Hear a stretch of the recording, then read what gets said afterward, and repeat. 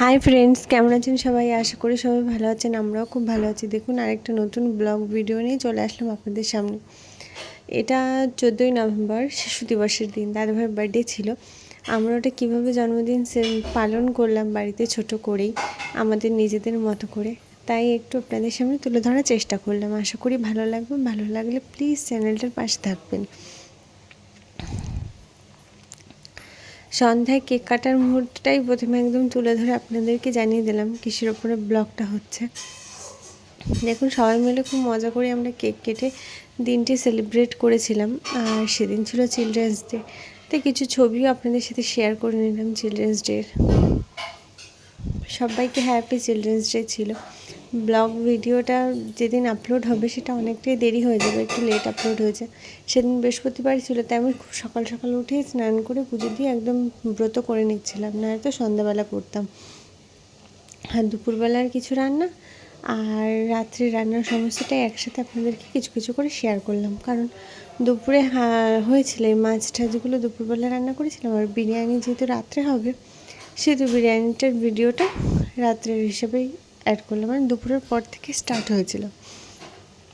দুপুরে খাওয়া দাওয়া করে বিরিয়ানি একদম বসিয়ে দেওয়া হয়েছিল সন্ধ্যার দিকেই। আর পায়েসটাও করেছিলাম, দেখতেই পেলেন। বিরিয়ানির এবার চলছে প্রসেসিং পর্ব।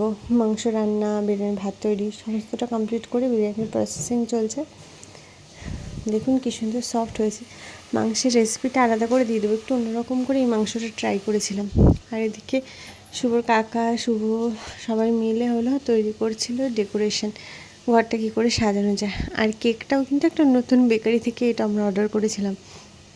নর্মালি আমরা যেখান থেকে অর্ডার করি সেখান থেকে সেদিন দোকানটা বন্ধ ছিল, তাই তারপরে সমস্ত টেবিলটা ডেকোরেশন করে দিয়েছিল দিদিভাই।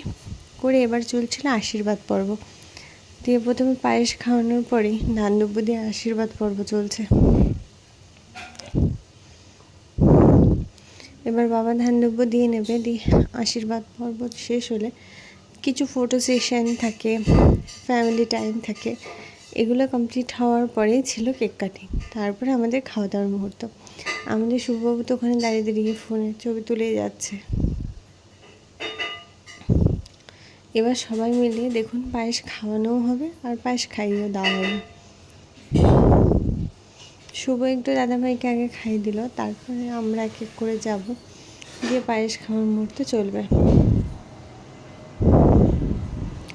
দেখতে থাকুন, আশা করি ভালো লাগবে। ছোট ছোট জিনিস যেগুলো নিত্য নৈমিত্তিক ঘটনার মধ্যেই পড়ে, সেগুলো অন্যরকমভাবে একটু দেখতেও ভালো লাগে, তারপরে স্মৃতি হিসেবেও বন্দি থাকে আমাদের ক্যামেরায়। ওর জন্য কি তুলে ধরা।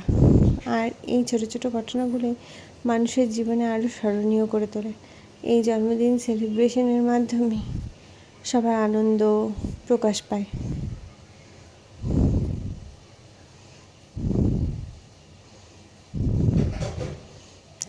কেক কাটিং পর্ব কমপ্লিট হয়ে যাওয়ার পরে কেক খাওয়া চলছিল, গালে মাখানোও চলছিল।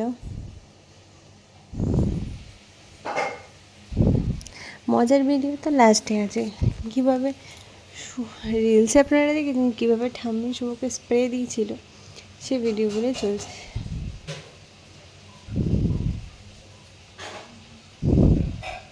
শুভবাবু দেখুন আমাদের চামচ দিয়ে ওখানে বসে বসে কেক খেয়ে নিচ্ছে। এগুলোই থাকে মজার জিনিস।